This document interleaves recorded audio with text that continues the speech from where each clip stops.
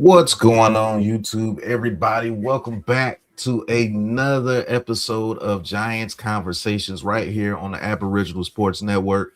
We're going to be talking about the Combine live. I think the offensive linemen are going today, and we're going to be talking about some risers and fallers and best Giants fits for the New York Giants right here on Giants Conversations. NYG, man, talk to them about what we're going to be going through today with Giants Conversations, bro. You get into risers, you get into fallers, you're getting into who improved their stock, who's looking good out there on the combine and who the Giants might be targeting. There are rumors, there are things swirling around. The combine is one of those events where GMs and coaches and owners, they all get to meet, talk amongst each other in person and, laugh and joke it up and muck it up or whatever, but you get a lot of information through all that, and we're going to be going over some of that, as well as, man, who's tearing up the combine, man. You got receivers, you got DBs, you got O-linemen, all these positions the Giants need. So we're going to be taking a look at that, man, and who could be some of the best fits for the New York Giants, man, as the combine continues on throughout today. And I think it goes into tomorrow as well. But we're going to be talking about all that. So hit that like button, hit that subscribe button, man. Let's get into it, man. This is New York Giants Conversations. We back, man. I told you I would come back when this bullshit changed with the Giants. I feel the change. I hope you do, man. Get excited. New York Giants, let's go, man. Hit the intro, man. Let's talk some fucking Giants. Giants Conversations, baby. Yeah.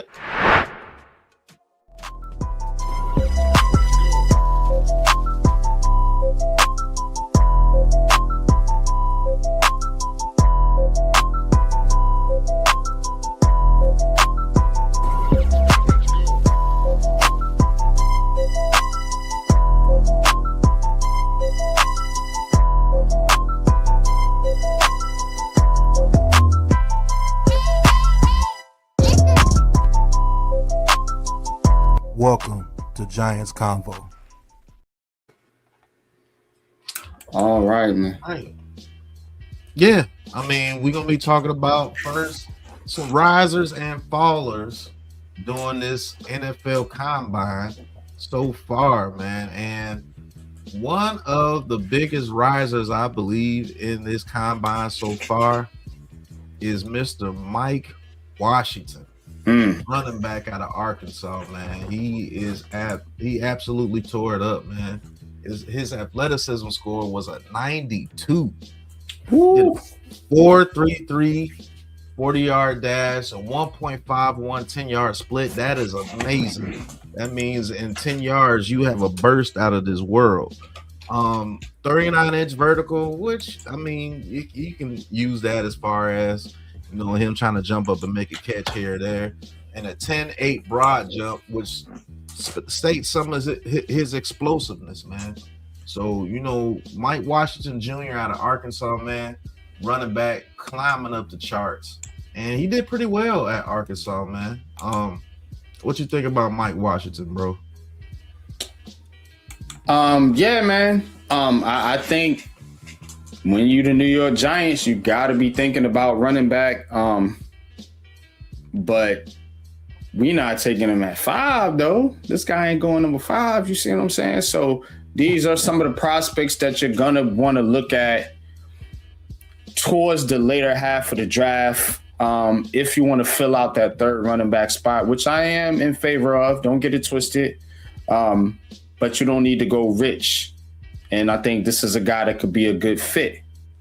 6'1". And he from New York. Come on, man. Y'all love those type of players. Oh, bring him home. Yeah, man, the hometown boy. Ooh.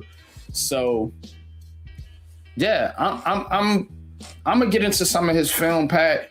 So I'm not gonna go crazy with the evaluation right now, but you said it, man. Speed with the change of pace. Now you're thinking about Tyrone Tracy and Cam Scatbo. What can you add to that? A guy with some burst. perfect change of pace back, man. So let's get it. Coach, what's good? Iman Perry, what's good, man? Shout out to the chat, man. We in here for Giants Conversations on a Sunday. I know the Knicks is playing, but we talking Giants, man. Combine going on. What you got for me, Pat, man? Talk more about Mike Washington Jr. What have you seen from him in college? Or do you think he would be a good fit for the New York Giants? Yeah, I think he will be a good fit for the New York Giants as far as being a more explosive back to the Cam Scatterbo. Even though we got Tyrone Tracy, if you do draft a guy like him, you're probably going to have to get him on day 2 between a second-round pick and maybe a third-round pick. This past season, he played 12 games, had 1,070 rushing yards, 167 carries, 8 touchdowns and 28 catches, and 1 receiving touchdown. I mean, he is versatile, but I really don't believe we need to, put high capital into the running back position when we have 2 running backs already. Even though this guy is a heavy riser, I do believe that he would be a good fit on just about any team that needs a change of pace type running back. Now, can he be a bell cow? I think he can. I think he carried the load over there at Arkansas. And if you have to make him the number 1 running back, I don't think you will be too disappointed. I think he will do what he needs to do. But as far as the New York Giants as a fit, knowing that you'll probably have to take him in the higher rounds because he might be the second best running back behind Love. You think so? Do you think he's gonna go in the second round? After his combine performance, and if you look at a couple of games that he played against Texas A&M, yeah, he's legit. He's legit. He can play some ball. I do believe he can be a second round pick, and I just don't think we need to waste capital. This is not a waste. I'm not gonna say waste capital, but use capital on a running back that high when we already got 2. So I don't think so. But I agree with that. If he's going to be a second round pick, now there may be a way for the Giants, and I would keep an eye on this for a trade down, possibly in the second round.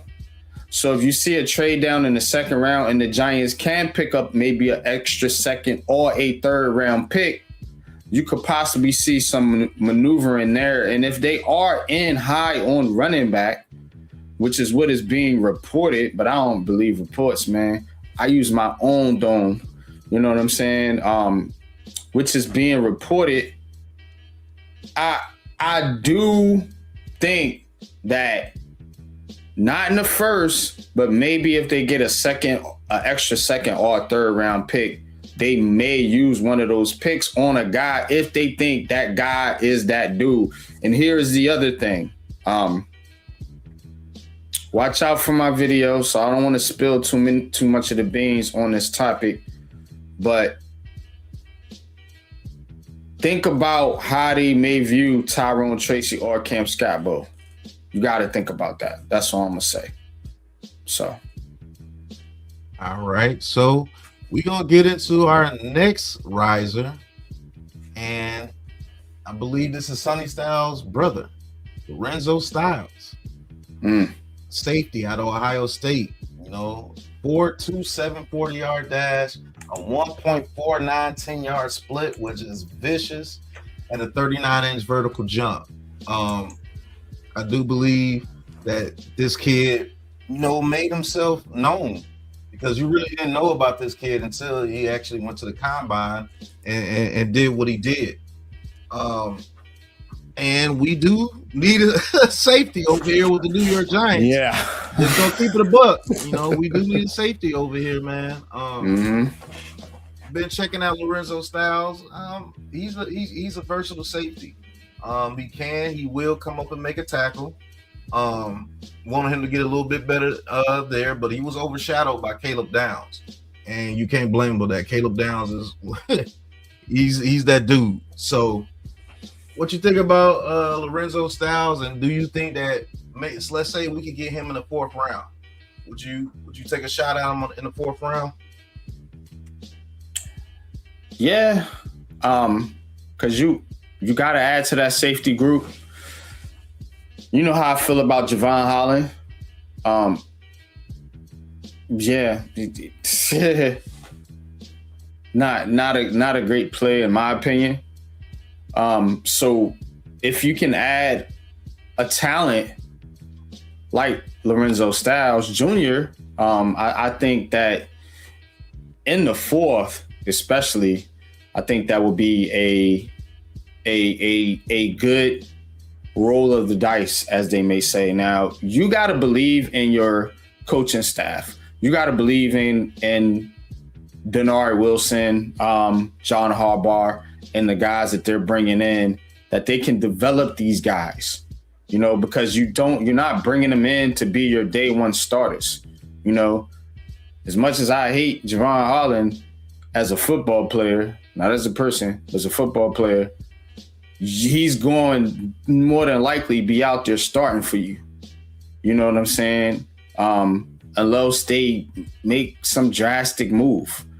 So you're going to need guys like Lorenzo Styles on your roster to have him develop so you can get rid of Javon Holland after next year, because you got Lorenzo Styles and he's ready to step in and get busy. Now, as for the talent, I don't know what the fuck they doing over there in Ohio State, but they got like a fucking football farm, bro. Man, this is ridiculous, it's a farm, bro. Yeah, I trust it. Bro. I gotta trust it. So he coming from Ohio State, yeah, good money. Let me ask you this: at 6 foot, 194, he is fast. He's running 4.27. At 6 foot, 194, the size. Do you think that you've been one of the ones talking about, hey, we need to get back to being the Giants? Right now, we're the gents. Like the midgets a little bit, you know what I'm saying, when it comes to size. Size. I said size. Size. Do you think this is the type of player that you would want? 6 foot, 194, a little bit of a slender frame. Do you think that he's a guy that can go down there and make those tackles that we need our safeties to do? Because people like Dane Belton consistently missing tackles. Tyler Nubin taking bad angles, consistently missing tackles, and let big plays go. And Javon Holland, I don't know, man. He might be a lost cause to me. But is this a guy that you think could come in and, be that for us? Yes. I think if developed, you see what I'm saying? Like, it really hinges on that, because a lot of these guys I think the guys we got now got talent. They just ain't developed, and some of them may be to the point to where their growth is stunted to the point to where they just need to change the scenery. So now you bringing in a new coaching staff again. I'm looking at the measurables and I understand that, but we talking about a 4th round pick. This is a guy that's going to be a rotational piece. We always talk about those type players, guys that you need that can just step in and fill a role. That's not necessarily have the greatest of measurables, the most explosive on the field, yada, yada, yada, but he's a good football player and he come in and hold you down. You know what I'm saying? I think Tyrann Mathieu was one of the shortest safety. How short was the Honey Badger? Like, he was a little dude. 5'9", you see what I'm saying? 5'9". So I'm not hung up on the size, especially from a safety standpoint. The point is, where's your mind at? And the main thing is, can you bring down the ball carrier without sliding off of him like hot butter, like Javon Holland be doing? Like, it's crazy, bro. That's all it is, tackling and technique. So if he can get down, yeah. And then you can start to move off from some of the guys that you don't need on a roster. If you don't like Dane Belton and Javon Holland, and we'll see about Tyler Nubin. I'm willing to give him a little more leeway, but them other two, I'm kind of out on them dudes already. So yeah, I'm definitely willing to take a chance on Sonny Styles. Pedigree, and look at his brother, bro. And these dudes are, man, so they know about football, man. When you got a football family. And you know their father played Lorenzo Styles. He at Ohio State. He got drafted. I believe in 1995. I forgot who he went to. He must say Ohio State Farm. Yeah, for real. They got a farm out there. We are gonna get into another safety that showed out this NFL Combine this year, and it was Mr. Dylan Thieneman from Oregon. And another 6 foot guy, over 200 pounds, 201 pounds, out of Oregon. Man, he went crazy. 4.35, 40-yard dash, 1.52 split, a 41-inch vertical with a 10.5 broad jump. So he has a little bit of explosion behind that speed. And nobody thought this kid was a 4.35. Coming out of Oregon. But man, when you look at this kid at Oregon, like he got in that box and he made some plays, man. He really did. So this is another kid that I believe that the New York Giants should be looking at in those rounds between the third, the fourth, the fifth rounds. What do you think about a kid like this, man? Could we swing and try to grab a kid like this in the fourth round as well? I mean, if you're going to target safety in those later rounds, you're going to have to, pick, which, what I'm saying, depending on who's available. But I think this is another guy that you could definitely target in those later rounds, because there's a thing with this combine, and I think how a lot of this works is you get a lot of these guys at this combine, they're outstanding. You can see the talent, you can see how they can basically have an advantage over certain players that don't have the speed, the explosiveness, you know what I'm saying, the athletic ability, the vertical, which is big for safety, and any defensive back or wide receiver, because you're jumping. And that's one of the things that, you're looking at. Sideline to sideline speed. Can you cover? So these drills are important, but it's about, can that coaching staff get that out of the player? Now, so any guys like this that have these type of measurables at the combine, you got to consider it, and you got to trust your coaching staff. Like, yeah, we can get this dude to be our next Pro Bowl safety, even though he's a fourth rounder, because we see the measurables. It's just a little tweaking we need to do. I don't know much about this guy's personally his college tape. So that's something we'll get into, as the draft process continues on. But just from a positional standpoint, based on what he did at the combine, looking at those numbers, yeah, you have to consider these type of players. Now, the problem with the Giants is they don't have a third round pick. Yeah, and a lot of these players ain't going to be there in that fourth round by the time you come back around the pick.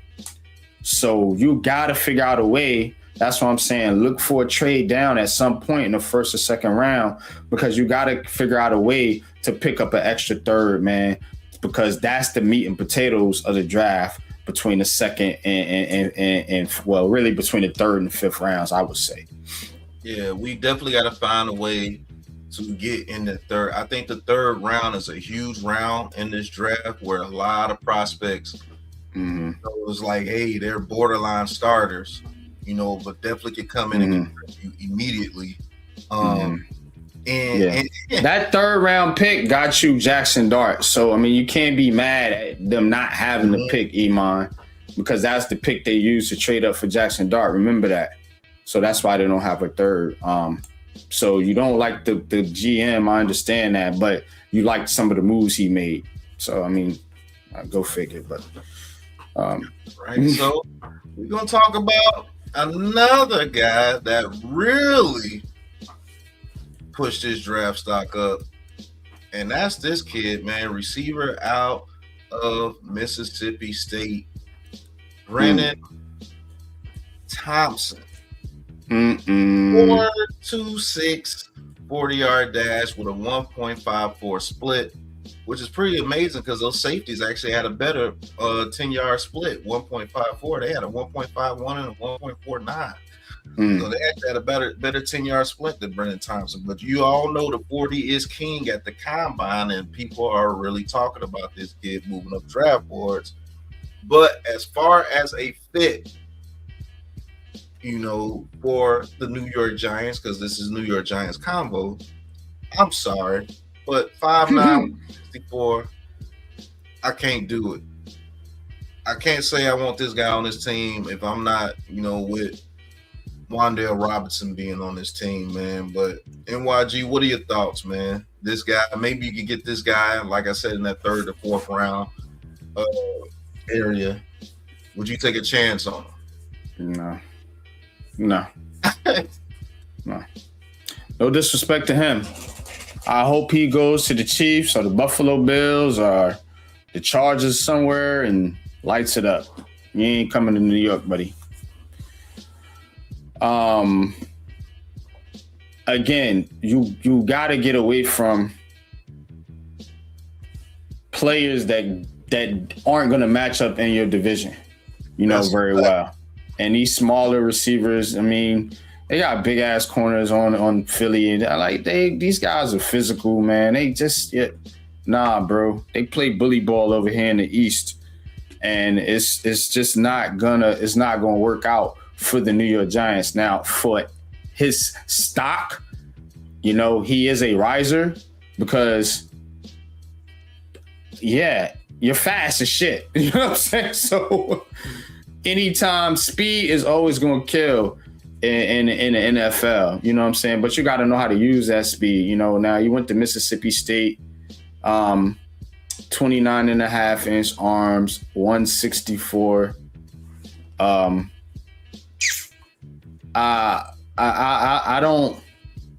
wouldn't think he would be. What are you thinking? 3rd round? Maybe somewhere between that 3rd and 4th round. 4th round? So, I mean, his stock is rising, but rising from where? You see what I mean? Because I still see this as like a 3rd or 4th round prospect, just based off because the NFL looks at you like that. It ain't me per se. It's the NFL and how they look at things. And then based on what I've seen with the New York Giants, smaller receivers have to be in a certain type of system to succeed. You can't just throw him on your right. Yeah, he's got talent, man. Go out there, play X receiver, and go match up against fucking whatever top corner it is out there. You can't do that to these dudes. So again, for the New York Giants, no, but for the combine, I would consider him as a riser. He did improve his stock, but I still think it may be 3rd round at best, 4th round, like you said. Yeah, I believe 3rd round or 4th round at best because those measurables, man, 5'9". It's hard to get around, bro. Not only is he small, he's only 164 pounds. There's only been a couple of guys I know that shine around that size. I think even Deshaun Jackson was 5'10", 170. Somewhere through there. Now, I think he was like 156 when he first got in there, but I think he got his weight up going throughout his career. Not saying that this guy can't, but I just think he's too small, bro. Yeah. Bottom line, man. Man, yeah, just a little bit too little, bro. Yeah, Wan'Dale, even though he's like 5'7", 5'8", I think Wan'Dale's like 180 or 170. I don't know. But I'm not with this kid. Even if we had an opportunity to get him in the 3rd round or the 4th round, I'm definitely not trading up for him. That's a fact. I'm definitely not trading up for him. I can't do that. So nah. But he still is a riser. And I do believe that somebody will pick him up and they'll be able to use him as that, what do you call that, slot receiver type, you know? Mm-hmm. Yeah. You got to get him in space. You got to scheme him open. You got to do some of the things that a lot of teams don't want to do because they don't have those type of systems to run that. Now, you put him on the Rams, you put him on the 49ers, you put him on a offensive coordinator that knows, you know, that's very good schematically, then, yeah, I think he'll have a pretty good NFL career, you know, and I think that's what Wan'Dale Robinson is going to be looking to do. I think Wan'Dale Robinson is going to be looking, you know, maybe to go over there with Brian Dable or somewhere where he can get a lot of targets and be in a good scheme because the scheme they about to run right now, you're going to have to block, bro. Your boy ain't blocking shit out there. I'm sorry. Get your ass out of here, little nigga. Hey, be happy to have the coach saying this. What the hell's going on out here? You know, putting them through the ringer. But straight cheese, bro. We gonna be talking about another monster. I think this dude really made himself some money, man. Kenyon Sadiq, tight end out of Oregon, man. Those Oregon guys, they get a little farm out there themselves, man. Them Oregon guys ain't no joke either. But measuring in at 6'3", thought he was going to be around the 6'2" range, but he came in at 6'3", 241 pounds. You want him to add a little bit more weight playing the tight end position so he could get in those trenches and block. But we all know that he's not being drafted to be a blocker, to be honest with you. He's drafted to be a receiving tight end. So 6'3", 241. Would like to see him get in the 250 range overall in his career as far as weight. And he destroyed it, man. 4.39, 40 at the tight end position, 1.54 10-yard split, a 43.5-inch vertical with an 11.1 broad jump, and added 26 bench reps of 225, man. So this dude does have the strength, and he has the power to go down there and make a block for you if he wants to add that to his game. But as far as explosion and speed and receiving, and he's at 6'3", man, this dude might have pushed himself in that top 15 range, man. What you think about it, Kenyon Sadiq and YG? Yeah, man. Definitely, man. I think I was just laughing at Iman. He's fucking 150 curl routes. Red, man. Oh my God, yo! Like that dude. I'm just watching him on the TV right now. He even looks kind of like your boy Juan. But anyway, Kenyon Sadiq. Yes, definitely, man. The talent is there. And Oregon, man. Like what? Oregon is one of those schools too, bro. You know, they might have a farm out there somewhere. You know what I'm saying? I mean, they be getting a lot of dudes out there, man, coming out of Oregon, man. But 6'3", 241. Now, the New York Giants, they already have a tight end on the roster. The motherfucker look kind of just like this dude. You know what I'm saying? So, and Theo Johnson, I don't know if it's necessarily a target for the Giants, but as far as his stock rising, I definitely think he's a riser on the board. I could see him, somebody taking a chance and maybe trading up for him in the mid first round, late first round, because these guys are valuable if you don't have one. You know what I'm saying? If you don't have everybody looking for a Travis Kelce, everybody's looking for a the next Gronkowski, or hell, even people are fond of Kyle Pitts now, even though he ain't really do shit in Atlanta. So those guys are valuable, man. But to me, I want kind of more of an all-around tight end if I'm the New York Giants, because I think you already got a guy with this type of skill set. What you think? Yeah, I mean, I'm taking them off my board if I'm the Giants, because I'm not taking a tight end high when I got so many other positions that I got to fill. And I already got a Theo Johnson and a Bellinger and a for Done. I mean, yeah, I'm not I'm not looking for that. You know what I'm saying? Or the next Trey McBride. Look, bro. Like we got Malik Neighbors, we got Theo Johnson, we got Jackson Dart, we got Cam Scatterbull, Tyrone Tracy. We need a number 2 receiver way before another tight end. So there's no way I'm wasting a first round pick on a tight end. And I keep saying that word waste. I'm not saying waste, but we can't use a top pick for a tight end. Well, we already have a young tight end that we believe in, and Theo Johnson. Doesn't make sense. But as far as his stock rising, that dude's stock rose, bro. Yeah. Rose. And the way that he showed out, and the other tight ends didn't show out, you know, yeah, I believe he can sneak into the top 10 if somebody wants a receiving tight end in that top 10. Real talk. Top 10? Yeah. What? Mm-hmm. Nah, son. That dude can definitely slip in the top 10.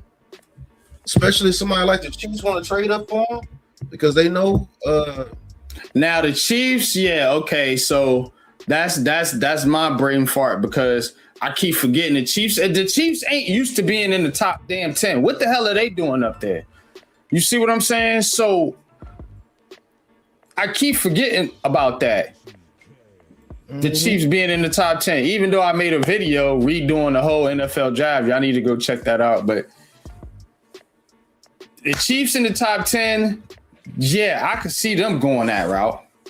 Because you definitely looking to replace Travis Kelce is on his way out. Yeah, he's pretty much done, probably. Patrick Mahomes needs that tight end because what we talk about with those type of quarterbacks, layered throws over the middle of the field. You say it all the goddamn time with Jackson Dart. So those guys need those types because you know why? Because they're always outside the pocket and they need guys that do well in the middle of the field that can sit down in zones. So a lot of those tight ends could do that. So for the Chiefs, yeah, I definitely think that's a good fit for them. Yeah, and I keep forgetting they in the top 10. They picking what, 8th? 9th? God, they had a rough season. We're going to talk about pretty much one more final guy that I think the dude that rose the most at this NFL Combine this year, and we all know Mr. Sonny Styles himself, man. Like, he went absolute ape shit in this damn Combine, bro. Athleticism score 92, production score 91, total score 94. Ran a 4.46, a 1.56 10-yard split, 43.5 vertical jump, an 11.2 broad jump, a great 7.09 three-cone drill, and a 4.26 20-yard shuttle. That is amazing considering this guy is 6'5", 244 pounds. Absolute fit for the Giants. Absolute fit for the Giants at the middle linebacker. At the middle linebacker position, bro. I can't express more how I would like this guy at pick 5. Now, this is a guy that I would take at pick 5 if he's there. You know, now between him and Caleb Downs, I still might go Sonny Styles because we need that middle linebacker more than another safety. Now, I know our secondary is trash. Don't get it twisted, I know. But if I could get this guy at middle linebacker, I could get another safety maybe in the later rounds, or maybe this guy makes those safeties better. Who knows? Maybe John Harbaugh can make those safeties better with the scheme that they're going to run this year. But I know John Harbaugh needs middle linebackers for sure for his system. But NYG, you can elaborate on it a little more. Mr. Sonny Styles. Yeah, you know, we did the debate last night. Excellent debate, by the way. Y'all go check that out right here on the Aboriginal Sports Network. And I took the Arvell Reese angle. But in all honesty, man, I know Sonny Styles is a good fit for the New York Giants, man, because you said it, man. You know what I'm saying? Having that guy in the middle of the field, in the middle of your defense, man, that can operate as a captain. You would want him to be that dude to to man the middle for the next decade. You know what I'm saying? That's what you drafted Sonny Styles for. And by everything we can see, you know, from our football knowledge, you know, as far as breaking down the game, man, he checks all the boxes. You know, personality, check. No off the field issues, check. Production, check. Good school, check. Measurables, check. Combine, check. Right. I can't argue. It's hard to argue with this pick, bro. You know what I'm saying? That's why, you know, the debate was great, man. But yeah, I couldn't win that argument, bro. Like, this dude is a perfect fit. He's a perfect fit, man. And to be honest, I think he's gonna be there at 5. Something's telling me. Yep, something's telling me he's gonna be there. You know, something's telling me, despite this combine, you know, because NFL players, you know, as I mentioned in the debate, I did win that point. You know, edge rushers are more important than middle linebackers. And, you know, they're going to look at guys like Arvell Reese, Ruben Bain, David Bailey, and some of these guys and maybe value them over Sonny Styles. But for the New York Giants, like you said, you already got that guy. You know what I mean? So you need the guys to go next to him. So, yeah, man, I can't fuck with him. Yeah, man. So that is Sonny Styles, man. I believe he is the highest riser at the NFL draft combine. I don't think anybody gonna be able to beat it. No offensive lineman or anybody's gonna be able to beat what Sonny Styles did. This dude was comparison to Calvin Johnson, and he actually beat him in a lot of categories. And there's a guy named Kyle Hamilton that John Harbaugh coached over there with the Ravens who had an outstanding combine. His numbers blew his away. So that is absolutely crazy what Sonny Styles did. So talking about fits for the New York Giants, man, hey, we're going to take a quick commercial break, and we're going to be right back here. We're going to talk about some of the players at the combine that could actually be a fit for our New York Giants. Hey, we on the Aboriginal Sports Network, man. Go check out the man cave who was calling the Knicks game right now on the Aboriginal Sports Network. Oh, Knicks. Yeah, the Knicks might be in trouble with Victor Wembanyama over there getting busy. So check out Man Cave, man, and we're going to be right back after these messages, man. Who's got the rocket launcher? I say we blow it up. Now fire that thing.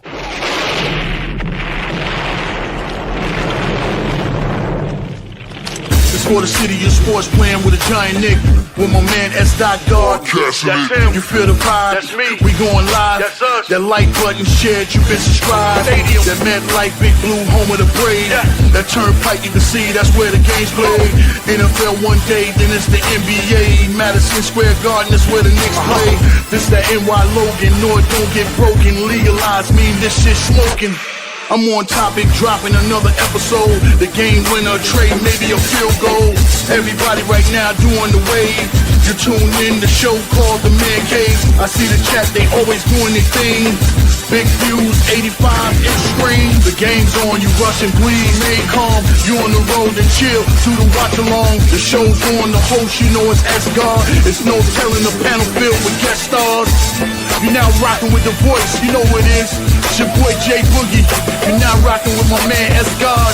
I support him to the fullest, you heard? My man Mike Blaze. This is Alter Production. What that mean, we about to alter everything that's playing. Tune in, my man S.God. Support the show. Subscribe, share it. Most importantly, hit that like button.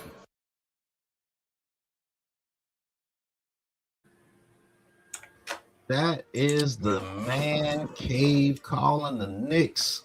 Game 4 is right here on the Aboriginal Sports Network. Oh, yeah, I like that beat for this right here. Yo, so this is the best fits that I've seen so far.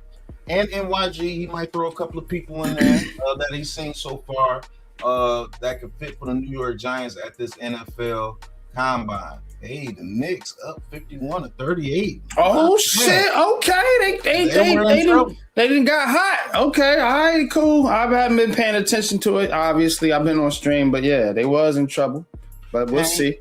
And shout out to the chat, man. Iman Perry, man. That's our man. That's our ace boom coon, man. Iman Perry always show. You already know, bro. Coach. People had him in the teens before the combine. Now he's a top 10, maybe top 3. I hope he falls to the Giants at number 5, man. I don't think Harbaugh would pass on him. Shout out to NYT showing up in the building, man. Good to see you, brother. So I really want. Oh yeah, okay. Shin I-E. What's good? Shinny I, but I always say Shin I-E. What's going on, Shin? Thank you for tuning in, brother. So we're gonna get into some of the guys that we think that showed up in the combine that would be a great fit for the New York Giants.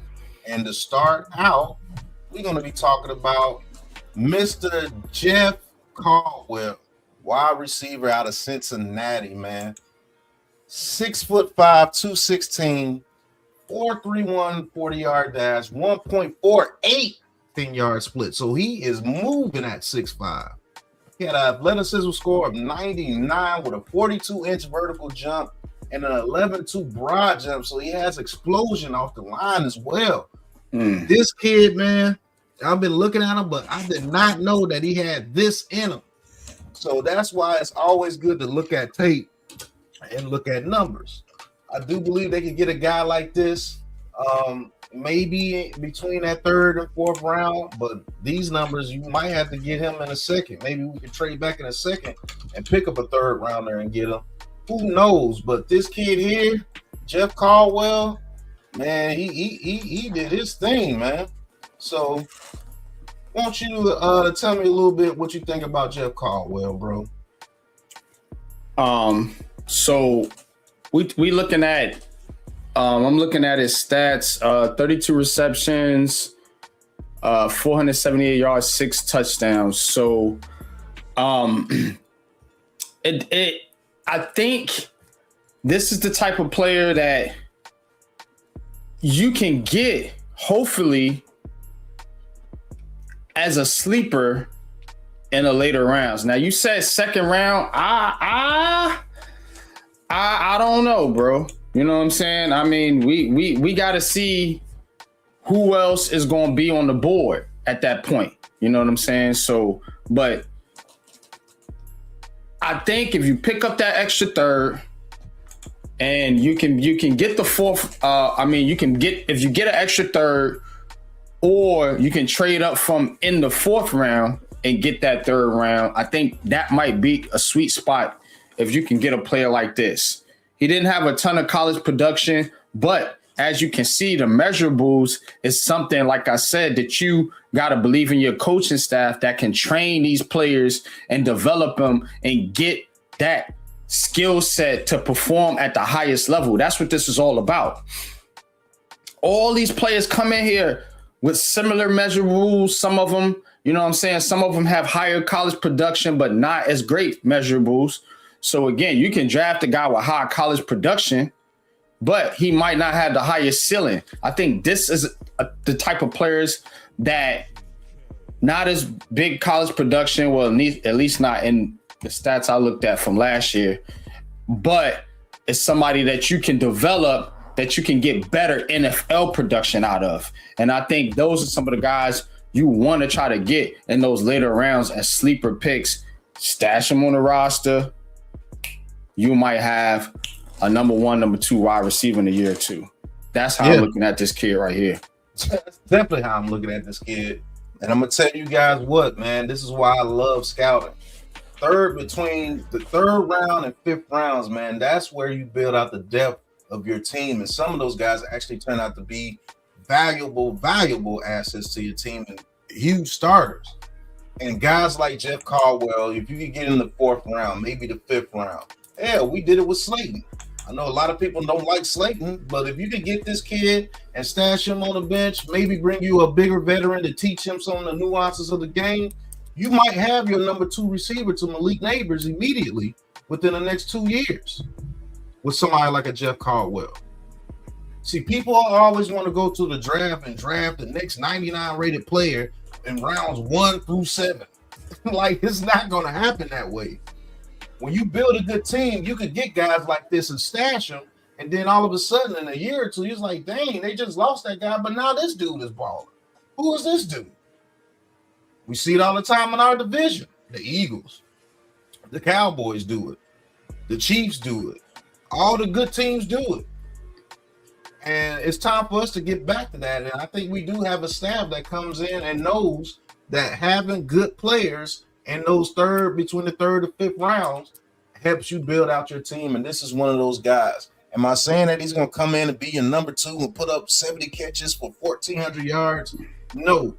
But hell, he could be. He might. Hell, shit. Yeah. You never know with the New York Giants, the way they injury and get hurt and shit happen all the time. You might see him out there in week 8 as wide receiver 2. Like, what the hell? That's better than somebody like a Lil Jordan Humphrey or something like that. You know what I'm saying? I think he's one of those guys that it could be an immediate red zone threat for you in his first season. Yeah, he may only have 30 catches, but the dude got like 8 touchdowns because he was just dominant in the red zone. And guess what? You need that because you got to put up points. Role players. That's what we're missing. But that is Jeff Caldwell, man. We're going to get to the next guy that I believe, and is another receiver, Caleb Douglas from Texas Tech. Another big guy, 6'3", 206, 4.39 40-yard dash, 1.55 10-yard split, 75 athleticism score. Now, his vertical jump is trash considering he's a receiver at 31.5. But when you're 6'3", you don't need to jump out the gym like that. And he had a 10-6 broad jump, which gives him sneaky explosion off the line. I think this is another guy that we could get between those 3rd, 4th, and 5th rounds that I've actually did extensive research on this kid. This kid, he plays fast, bro. So that 4.39 really showed me that, yeah, he's playing that fast on the field, man. So I like Caleb Douglas, man. What you think about Caleb Douglas? This guy actually has some pretty decent college production. I'm looking at 54 receptions, 846 yards, and 7 touchdowns, 15.7 yard average. So now is he he's a senior, so he's been in college for a while. So looking at this kid right here, it's just kind of like the last guy. I mean, these are guys that you want to bring in. I think this kid might be more polished and more ready to go though from the jump. So you got to think about what you trying to do if you're the New York Giants. See, I'm kind of strategic when it comes to these things. I'm not just all Google and gaga over a particular player. This is Giants Conversations. Y'all hit that like button. We trying to do what's best for the New York Giants, right? So is this a guy that you want to bring in and put in a major role right away? Or is this somebody that you can actually stash and develop? And see, so that would be my question. Is this guy ready to step into a major role right away if you got to take him high? What is your draft projection for Caleb Douglas, Pat? I'll ask you that. My draft projection, like what round you think he gonna go in? Where you think he'll end up at based on these combine numbers? I think he'll end up 4th round. I think that's a sweet spot for him, the 4th round. And with his combine numbers, with his production, if some team believes that he can come in and have a good role on the team from the beginning, he'll go in the 3rd round. And I wouldn't be mad at it. Between the 3rd and 4th rounds is where I think this guy should go. But if he does slip, it'll probably be around the 5th round. And I think you're getting an absolute steal if you can get him in the 5th round. For the 3rd, 4th, or 5th, particularly the 4th round, early 4th round, I think that's where he goes. Okay. And if you're doing that, I'm going to be honest with you. Yeah, it'll be worth it. Because you got to understand that you took Wan'Dale Robinson in the 2nd round. He might be gone. You took Malik Neighbors in the 1st round. He's hurt. You took Jalen Hyatt in the 3rd round. Should be gone. He's non-existent. And then you got Darius Slate from the old regime, who's a 5th round pick. Nobody likes. Right. So that's why I said, do you need a guy to step in? Now we got to see what they do in free agency. That's going to play a big part into it. But if you don't need this guy to step in and be a major factor right away because you think Neighbors is going to be healthy, you went out and got a Mike Evans or somebody, and you still trust Darius Slayton as a pro to at least go out there and be adequate. So if all that checks, perfect fit. You got it, bro. Because you can put him on the bench. He don't have to come in right away. And then maybe by game 10, 11, he may have to come in and start a game or two. Maybe he's ready at that point. Maybe you can get some good production and see some flashes and see some things. But yeah, cats like this are going to have to get better, in routes, being a little bit cleaner and crisper. You know what I'm saying? But I think this kid definitely has the skill set to do that, bro. Yeah. So it's just about coaching, and if you get them in the 4th round, sign me up. Anything higher than that, I'm gonna question it a little bit because of what I mentioned before, how you got all these other guys and you ain't really did shit with it. All right, so we're gonna head over and we'll end our wide receiver projection for the New York Giants best fits with Mr. Ted Hurst. Man, I like this kid, man. I really like Ted Hurst coming out of college. 4.42 40-yard dash, 1.55 10-yard split. Very good. 86 athleticism score.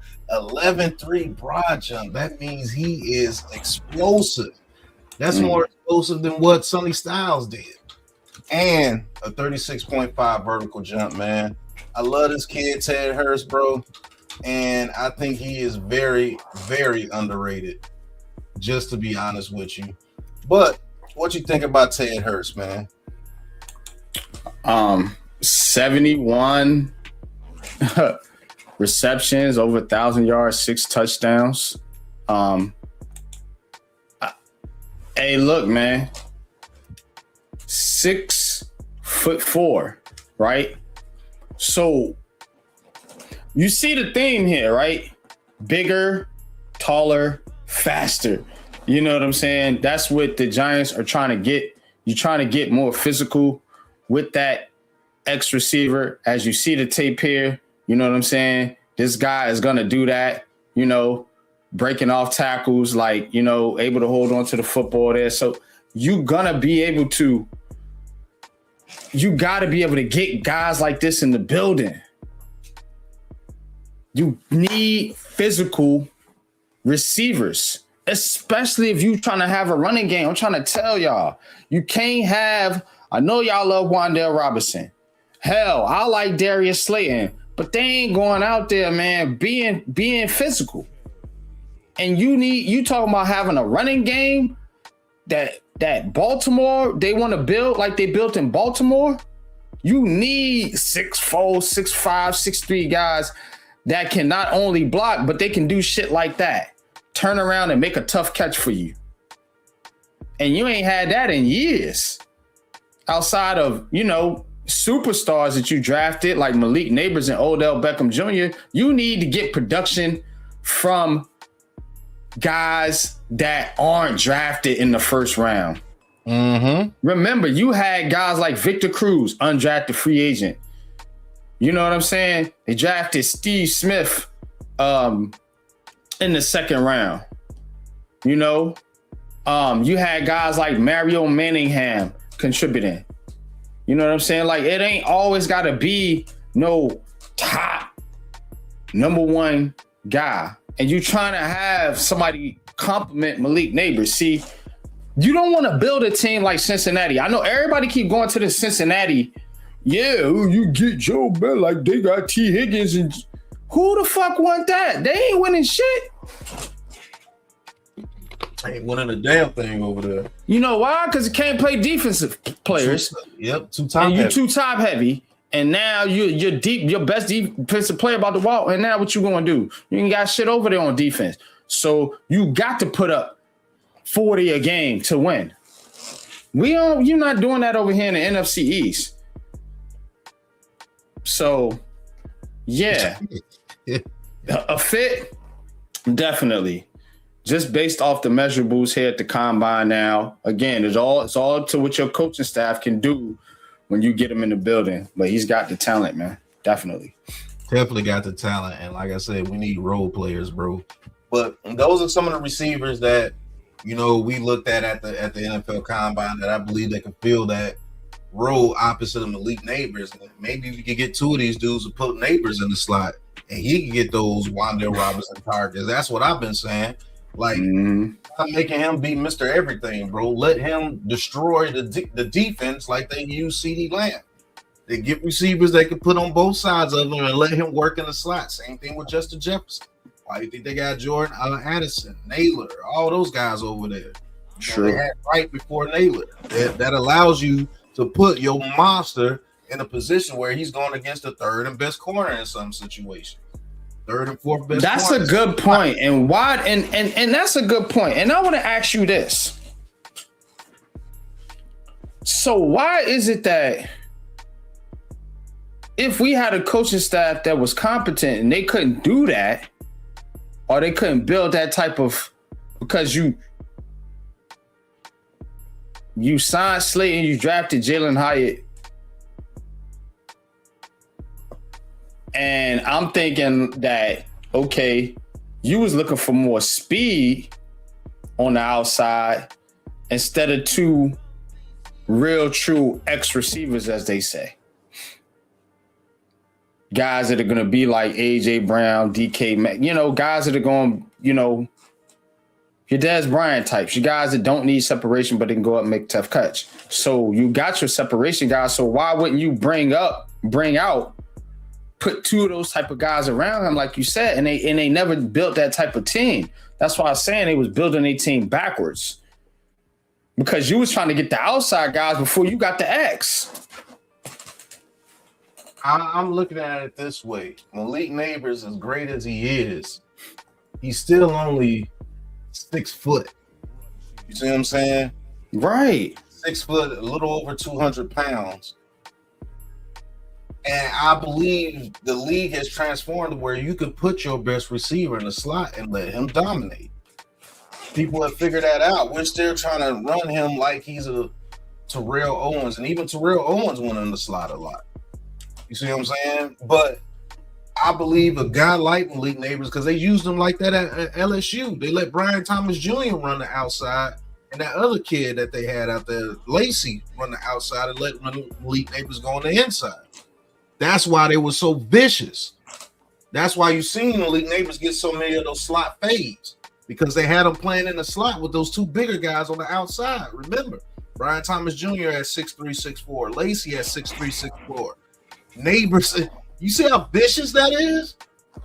It's because the Giants was trying to get a bunch of speed on the field. I'm not trying to cut you. I'm just adding to the conversation. I was saying because they was trying to get a bunch of speed on the field, and they was trying to draft all these speed guys. When you needed guys that had more, like you said, size and physicality to allow your speed guy, your route runner.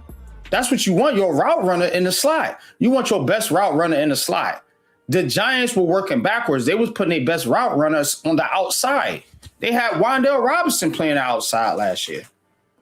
So backwards, like I said. But this is why this is Giants Convo. It's a conversation that needs to be had. What if you can do this? You could get somebody bigger in free agency, maybe like a Mike Evans. That would be the best guy that I believe. Or you could get somebody older like a Keenan Allen. Oh, he's old, but Keenan Allen still can play. He can still get those back shoulder throws. He can still go on the slide if you need him to. You know what I'm saying? Yeah, look how the Cowboys did it. Pickens and Lamb, and they had Turpin like that on the outside. Tolbert. All those guys aren't superstars. Tolbert's not a superstar. but it allows you to put CeeDee Lamb in the best position to go against some of the worst people. Yeah, because the Giants, they think you got to have your best receiver on the outside because they got this 1980s mindset of playing football. You know what I'm saying? Like it's. Go ahead. Your best receiver need to be able to go all over the field. Look at Puka Nacua.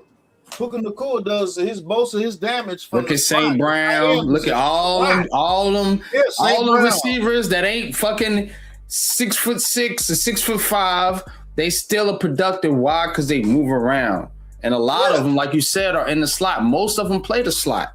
Jackson on the outside, slot. Yeah, Amon-Ra St. Brown, slot. Puka Nacua, slot. CeeDee Lamb, slot. Jamar Chase, slot. Waddle, slot. Tyreek Hill, slot. So, Smith goes in the slot when AJ Brown goes to the outside. That's what makes AJ Brown so effective. Yep. Because they got to worry about Smith when he's in the slot. Yeah, that's a conversation that needs to be had, man. I think we need to be able to get Malik Neighbors more in the slot because they got Debo for this. Y'all cooking. Go ahead. But when they did put Neighbors in the slot, we always got big plays. We got like 18 to 20 some yard plays, even with Daniel Jones at quarterback. Even with the offensive line being trash, a lot of his plays that were dangerous came from the slot. So we'll see. But let's head to the next guy in the next position, which is the cornerback position. And we talking about Charles Demings. This guy looks like he's ready to steal your pocket from you. Playing the DB position. Charles Demings like 6'1", 193, good size on the outside. That's where the league is going. Bigger corners on the outside. 4.4, 4.4 40-yard dash, 1.5. 10-yard split, got an 88 athleticism score, 11-inch broad jump, which is explosive, and a 42-inch vertical at 6'1". That is vicious. That's why when we looked at his film, like this dude is playing like he's 6'3", 6'4". Why is he playing so big and he's only 6'1"? Well, that's the case. He's explosive. That vertical behind that 6'1" height. So what do you think about getting somebody like this in those same rounds? This is going to be the category of some of these best fits because this is where we need to make hits in these drafts between the 3rd and 4th and 5th rounds. These are some of the guys that I know will be there. What about Charles Demings, bro? When you told me about this guy, originally, from Stephen F. Austin, I something in me wants to say Stone Cold Austin or Stephen A. Smith. Something in my brain wants to combine those. But Stephen F. Austin, this kid right here, we watched his tape. I'm like, yeah, bro, this kid is real sticky, as they say. You know what I'm saying? As far as a defender, but he has a length to him that when you look at him, you're like, man, this. But when you watch the tape, as you see, he's got that length to go up and get the football, and like you said, that vertical proved it. Now for the Giants, for years, anybody that's followed me, I am against the Giants taking a cornerback on day one of the draft. Do not take a cornerback in the first round. Hell, I don't want one in the second, to be honest with you. But you ain't got a third. So, we already talked about that. But in that 4th round, I'm definitely putting a guy like Charles Demings on my board. And he's got the measurables. You got Denard Wilson, cornerback guy. He's got the measurables to fit perfectly in your defense. And as you can see, he can press. And he's a guy that can create turnovers for you because when you have that length, and shout out to you, you know what I'm saying? Because your football knowledge elevates my football knowledge, bro. And you talking about vertical, and you talking about measurables, and you talking about guys that can go up there and tip passes. And what does tip passes lead to? Interceptions. And when you got a corner that might not be that tall, but he's long and he can jump, what a quarterback's going to think, I can get that pass over him. No, the fuck you can't. He going to jump up, tip that shit, and it's going to be a pick six. You see what I'm saying? This is shit I'm talking about. Football. Facts, bro. That stuff matters, bro. Because you can have a 6 foot dude. He plays like he's 6'3", 6'4", because he got long arms and can jump.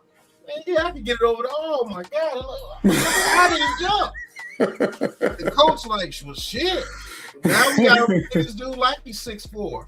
Right. You see what I'm saying? And that goes for like receivers too. That's why Steve Smith was so effective. Even though he was 5'9", that dude had like a 40-some inch vertical. Look at Malik Neighbors. We got one. You said he's 6 foot. Dude, Malik Neighbors don't play like he's 6 foot. That motherfucker play like he's 6'3", 6'4". Yeah. So because of his athletic ability.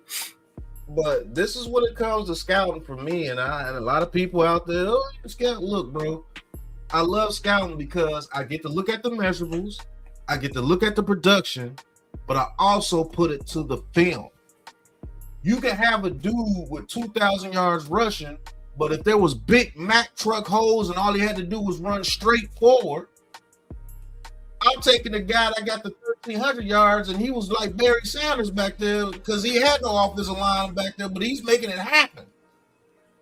You got to put the film with the measurables and the stats. You got to put them all together and determine what type of player this guy is, because numbers can be confusing. They can tell a lot. Numbers can lie.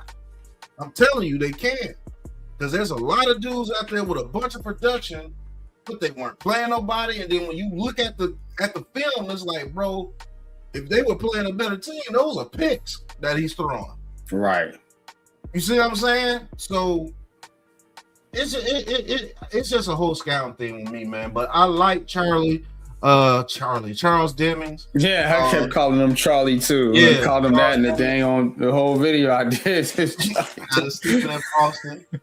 So we here to talk about another guy that we had here. Ephesians Pricesock, man. 6'3", 196. Want him to put on a little bit more weight because he has the frame where I think he can get up to about 205, 208 and still be very effective. 4'4", 40-yard dash, 1.57 10-yard split, 10-4 broad jump, which is very decent for explosion, and a 39-inch vertical at 6'3" is amazing. And he played over there with Washington. He had another guy over there at Washington. I think that's 6'4", and they were putting hands on people out there at Washington. But this is a guy that we both have scouted and we both have put in mock drafts, man. So tell them what you think about Ephesians Pricesock, NYG. Yeah, it's again, man. You know the theme of the game. You know, big, tall, long, fast, physical guys that, I think you can move in different spots. You know what I'm saying? Pricesock is somebody that when you thinking about matching up, bro, that's what I'm talking about, bro. Mm-hmm. I'm talking about this division, you know. So you got different types of receivers in here that you got to match up with. You know, we already got a kind of a little guy, you know, in Drew Phillips in the secondary. You know what I'm saying? That's your tough nose slot guy. You know, he gonna be looking out. You know what I'm saying? He gonna be lurking in the shadows or whatever. But you need some of these bigger, taller, physical guys on the back end. Pricesock, man, tackling, bro. That's what we got. That's what you got to see when you get some of these cats right here, especially in the secondary, because what leads to big plays, right? Missed tackles.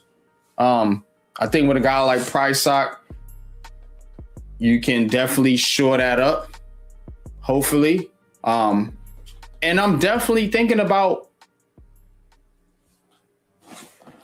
who else you got now. Are you going to sign Cordell Flott? Oh, man. You see what I'm saying? What are you going to do with a Dubo? Adebo, whatever. And then you got this Deontay Banks thing. So, I mean, like, and you don't need... The Giants always feel they got to draft corners high. What is your projection for Price Sock right now, bro? Because I don't... That third round, maybe? Third round, See what I mean? Lower third, fourth round, man. That's where I got him. We could definitely get him with our pick in the fourth round. And I think when you got one of these tall corners like this too, we'll see what happens with A.J. Brown or whatever, man. But I like the fact that he ran a 4.45 because now, you know, he's got the speed to keep up with some of the faster guys as well as the length and athleticism to guard some of the bigger physical corners too. And so that's what you're trying to get. You know, they wanted to get that with guys like Banks, Fly, but it ain't working out. You know, and so if you can, this is another guy. If you can get in the mid rounds, you just don't need to take a corner at number one. I know y'all like the dude, was it Mansour Delane from LSU? You have to take him in the first round. But we don't need to do that, bro. And that's why I like the fact that we're looking at guys like Price Sock and Demings. And these are some of the guys that, I would target in that third to fourth to fifth round, that 3 to 5 round, if, you know, you can pick up another third round pick somehow, some way. But matchup. Your division, you got these big physical goddamn cats. They got Pickens now over there in Dallas. Get you a cat that can match up with those cats, bro. We need somebody, man. Otherwise, you're gonna get bullied, bro. You bring Cordell Flott back if you want to, bro. You're gonna get punched in the face, bro. I'm telling you. Because now they're gonna start taking them really serious now. Yeah. Because everybody want to hype him up like you one of the best corners. Now they're gonna take him real serious. Like, oh, okay, you think you something? Let me show you something out here, young man. Right. Wow, yeah. Wow. You can't get that dude big money, bro. You know what I'm saying? When you him can or get guys Wan'Dale like Robinson, I'm sorry. When you can get guys like Price Sock and those are the guys you need to move on from. You don't need to move on from guys like Kayvon Thibodeau and Dexter Lawrence. Y'all crazy as fuck. You need to move on from these little bitty guys that you can easily replace. Yeah, that's a fact. So we're gonna go with our last corner, and that is Julian Neal, who I actually like. Out of all three of them, probably the best. When I started looking at this guy's tape, 6'2", 203, solid. 4'4", you see he got a little more solid. You can see him tell, yeah. 4'9", a solid time for somebody that big, and 11'2" broad. And he looked like, where's he from? He went to Arkansas. I think he's from somewhere in New York. If I'm not mistaken. If I'm not mistaken, somewhere in New York, his hometown, but he played at Arkansas. 11 broad jump, explosive, with a 40-inch vertical. So he can jump and be physical with you. And I like this kid, man. Out of Arkansas, man. He's legit, man, in my book. But what do you think about a guy like this, bro? Yeah, man. You. Now this kid right here looked like somebody that's a little more, like you said, a little more physical. You know,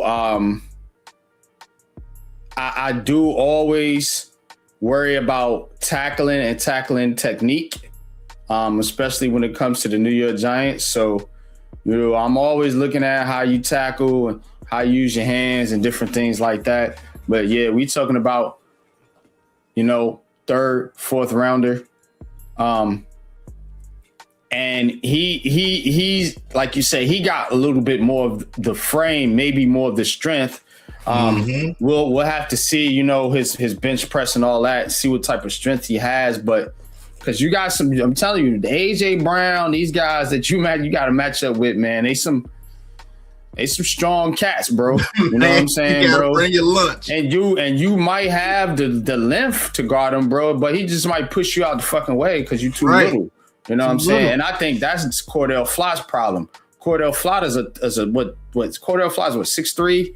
He's a taller Flott is like 6'1", 6'2". 6'1", 6'2", but he's a little bit, he's got a little length to him, bro, but he's just too small as far as body size. So when you got a kid like this, okay, yeah, I see right there, he came up, made a good tackle. That's what I'm looking for. I'm looking for this guy to come up, make a solid tackle, you know what I'm saying, put hands on people. You know what I'm saying? I'm not, what was the 40 time? 4.49. So yeah, he's got enough speed to keep up. Mm-hmm. So you definitely, but you know, you want to see this kid be able to come up and make those tackles when players do catch the ball on you. You know what I'm saying? And based on, you know, the little bit of tape I'm watching here and his size and frame, he should be able to do that. He definitely can match up. Only one I would be worried about with him is AJ Brown, but AJ Brown is just like, look at him. Like, yeah, he looks like a stronger player. You know what I'm saying? Strong, that's what I mean. Bro. Like some players got the they not as strong. You see what I'm saying? They just don't have the that inner strength, bro. And you see what I'm saying? When I analyze football, bro, I'm looking at all aspects. You know what I'm saying? I'm looking at the coach. How did he get coached? Who was his coach? What type of scheme he was in? What's your own personal, background? You know what I'm saying? Not your history, but like, bro, how you eat and how you treating your body. Because again, you gotta have that. You gotta have that oomph to go out there and match up with some of these guys in the NFL. That's why a lot of these guys from college, they get into the NFL and they wither away because they wasn't built that way. You know what I'm saying? They was just getting by in college because most everybody was on a more of a level playing field. NFL dudes are different, man. They taking human growth hormones and all type. These motherfuckers is aliens, damn near, bro. You gotta be ready. So those are some of the cornerbacks that we looked at. I think I like Julian Neal the best out of those cornerbacks, to be honest with you. Over the NFC East. I like Price Sock, but I got to look at more of his tape. But yeah, this kid looks a little more like he eat a little bit more beef. Yeah, he's definitely not vegetarian. You know what I'm saying? Right. So we're gonna go to the defensive tackle position. Speaking of beef, what's for dinner? Yeah, yo, that motherfucker look like he about to eat your cornbread, your cabbage, man, your fucking chicken, all that shit, yo. Yo, we're a little bit over an hour, so we're gonna speed it up a little bit. Devontae Capehart, man, 4.8 40-yard dash, has 6'5", 313. That is amazing. A 1.7 10-yard split, and a 33.5-inch vertical jump, man. It had an 85 athleticism score, man. So Devontae Capehart, man, he was in one of our mock drafts already, and he showed exactly the reason why we put him in our mock draft, bro. Like, he shined at the combine, and I definitely believe this is a guy that we can get between those 3rd and 5th rounds, man. Capehart, when he puts hands on offensive linemen, they go backwards every time, bro. Mm-hmm. He has a power. Those Clemson defensive tackles, man, they just got power, bro. Like, I don't know what he looked like. Bro. He looked like a dude you don't want to, bro. Put his pitch back up, bro. Like, this dude here, bro. You not messing with this cap. Look, he got his chain on, bro. Like, he finna fuck you up. Straight up, bro. He looked mad. Like, he want to beat shit out of somebody. I'm just going to be honest with you, man. Like, yeah, get this dude on the New York Giants tomorrow. I watched his tape already, bro. We did the mock drive, bro. I don't need to see no more. Yeah. To be honest, I don't need to see no more. I know if he gets in the building and he from Clemson, if you get this cat in the building with Dexter Lawrence, and you got Alexander, you got a rotation of young studs to come in to have a mentor like Dexter Lawrence to learn from, this dude gonna be ready to go. 6'5", 313. He got the side. He got what you need as far as being a run stuffer and a pass rusher. He got pass rush potential as well. Yeah, I'm in on K Part, man. Yeah. All right, so we're gonna go to the next defensive tackle, and that is Caleb Banks out of Florida, projected to be a low first round to high second round pick, coming in at 6'6", 327, almost a 5 flat 40-yard dash, 9'6" broad jump. When you look at this dude's tape, he's a gator, and he was explosive for us, man. I like Caleb Banks. If we could get him in the second round, I wouldn't be mad at that. Let's say you get Sonny Styles in the first round and then get this guy in the second round. I don't think I'll be mad at that, man. But this guy here, the only thing I want him to do is I want him to get a little stronger at the point of attack. But if we're bringing him in to be that big slashing defensive tackle opposite of Dexter Lawrence, I do believe that he can actually eat with us here with the New York Giants. But looking at what you're looking at, NYG, what do you think about Banks? Yeah, I do think that he can come in and be that that guy right next to Dex that you need, because he's got the physicality, man. I like his hands. I like his hand usage. You see how he uses his hands. Like I like guys that can use their hands. So he's going to fight through defenders. You see that right there. Mm-hmm. He's going to be able to fight off and shed blocks. So he's definitely going to be able to add to what Dexter Lawrence already does. This would be an excellent pick. Only question I would be is, how high do you have to take him? Are you going to have to go back into the first round, or is he going to be there with that second round pick? If he is, yeah, this is definitely a target for me, because the one thing the Giants have ignored, I think, well, not ignored, but they haven't really took serious, is that spot next to Dexter Lawrence. And now you have Dexter Lawrence, people having questions about him, which I don't, but you know how these fucking fan base is. They got questions about Dexter Lawrence, and he has been getting injured a little bit. So you definitely want to start to keep some of these guys pushing through. You know what I'm saying? It's just about, in this draft, what you're going to value more, and where can you get some of those guys? K-Part's a guy I think you may be able to get a little bit later. Mm-hmm. Banks is somebody you're going to have to spend a high pick on. That's my only question. But I do not question his talent, bro. This dude is good. He going to be, yeah. Just look at his, yeah, man.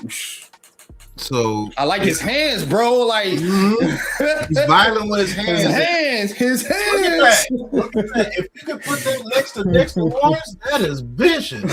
But only if you can get him in the second round. I can't trade back up in the first round to get him. Unless you, man, you just making people fall. That's what I'm saying. I ain't questioning his talent, bro.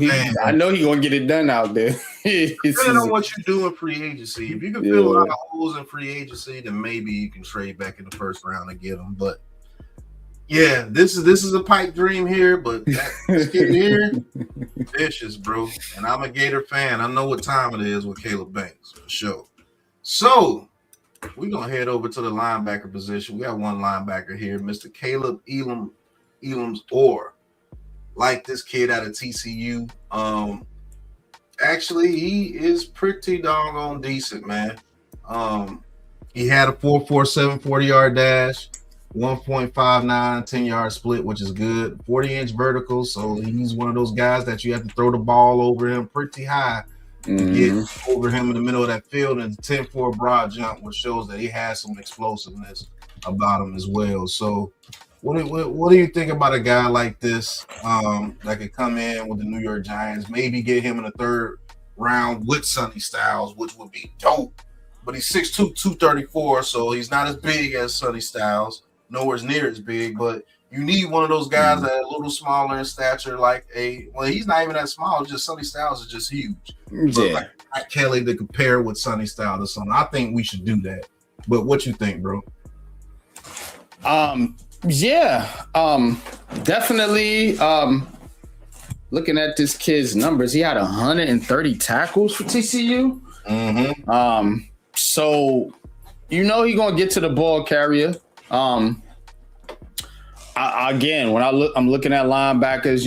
I'm looking at we're looking at tackling technique. We're looking at arm strength. And I'm definitely thinking about what you got on the screen, bro. Creating a player. Mm-hmm.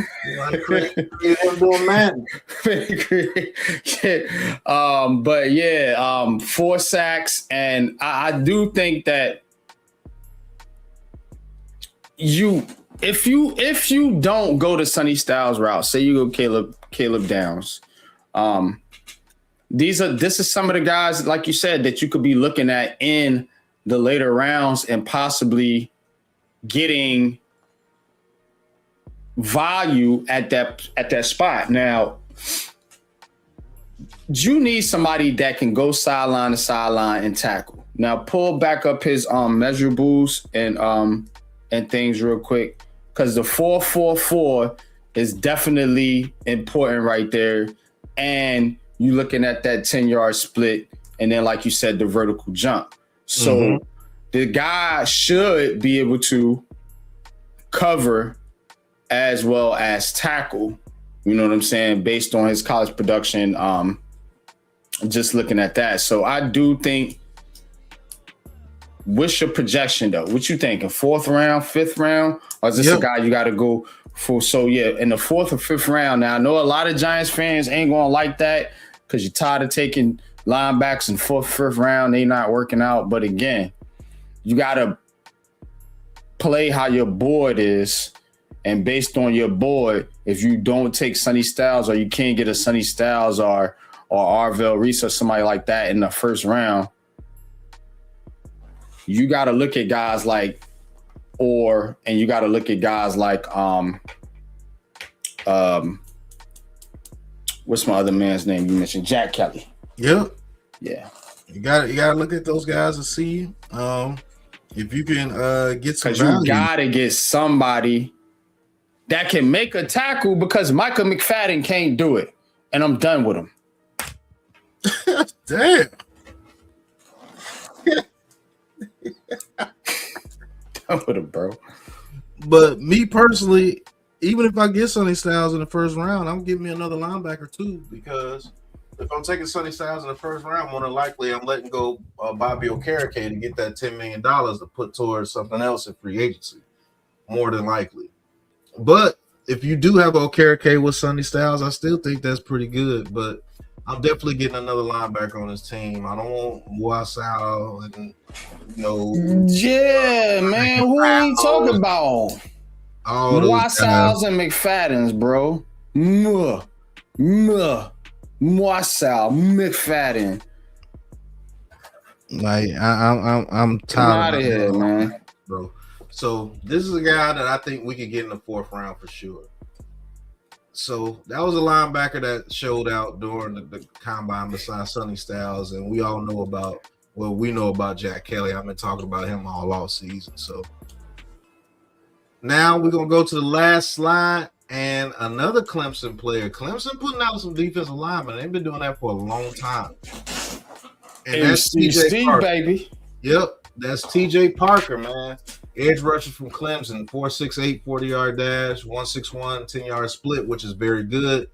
10-foot broad jump, decent explosion, 34-inch vertical jump. So he's a guy that can, put his hands up and block that ball at the line of scrimmage.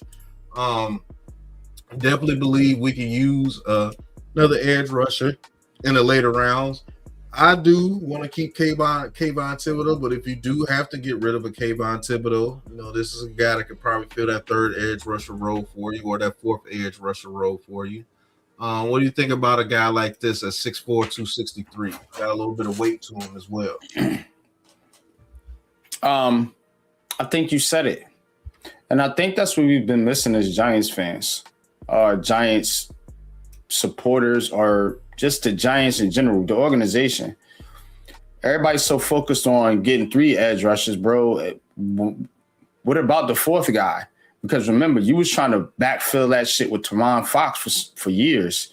As your 4th 4 or 5 years now. You see what I'm saying? So bring a guy like this in, sign Kayvon Thibodeau. Yes, I said it. Bring in this guy or Moore from Michigan or somebody like that in the 4th round and have a true rotation.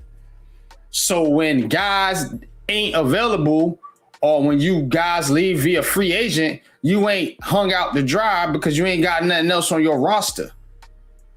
And bringing in a guy like this now, while you have Kayvon Thibodeau, will allow this guy to super develop. So maybe you let Kayvon Thibodeau walk and they do the Baltimore Ravens thing and they get comp picks because they let guys walk. Why? Because they got other guys in the pipeline that can take their place. So this is a guy right here that I believe that can do that.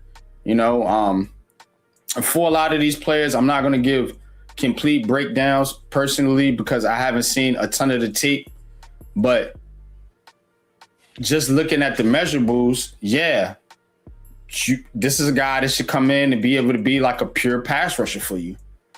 You know what I'm saying? You're not going to be asking him to do a lot and be an overall. How y'all wanted Azeez Ojulari to be? You know what I'm saying? Just come in and be that 3rd or 4th guy and add to the group and not be a liability. You know what I'm saying? He looked kind of like Lorenz Tate or somebody. I don't know. But yeah, like a movie actor, some shit, man. But yeah, TJ Parker, man, I'm with it, man. You thinking 4th round, you say? Yeah, 4th, 5th round. You can probably get him around the 4th, 5th round. Probably. Yeah, either him or that kid, Devin Moore. What's a couple of the guys we looked Derek at? Moore from Michigan. Yeah. I think he's rising. I think you might have to get him in the 3rd round. Derek Moore from Michigan. Giants got to get that 3rd round pick back. They got to figure out a way to get a 3rd round pick this draft because there's going to be a lot of prospects that you're going to miss out. Even when we doing mock draft, that pool go. Yep. When you get to that 4th round, that shit is thin, bro. So these are some of the guys that we believe definitely can be picked in some of those later rounds between the 3rd and 5th round. You have Caleb Banks. You might have to get in the 2nd round. You know, maybe one of those safeties you may have to get in the 2nd round, and maybe even Julian Neal if people actually catch on to him. Man, I think that Julian Neal kid is good from Arkansas.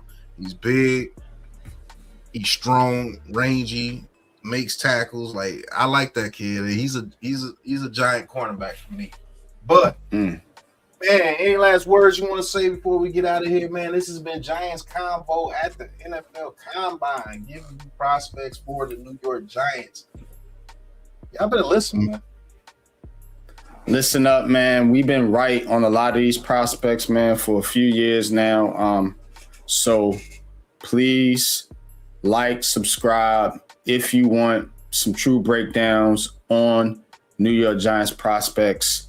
We coming here to give it to you, man, right here on the Aboriginal Sports Network with New York Giants Conversations. We are back, the dynamic duo, man. So y'all listen up, man. And we're going to be here for all your draft coverage. I mean, all of it, you know, because we've been doing this, like I said, for some years now. And we in it, bro. We breaking down prospects on a daily basis. Go subscribe to Big Pat Sports Talk.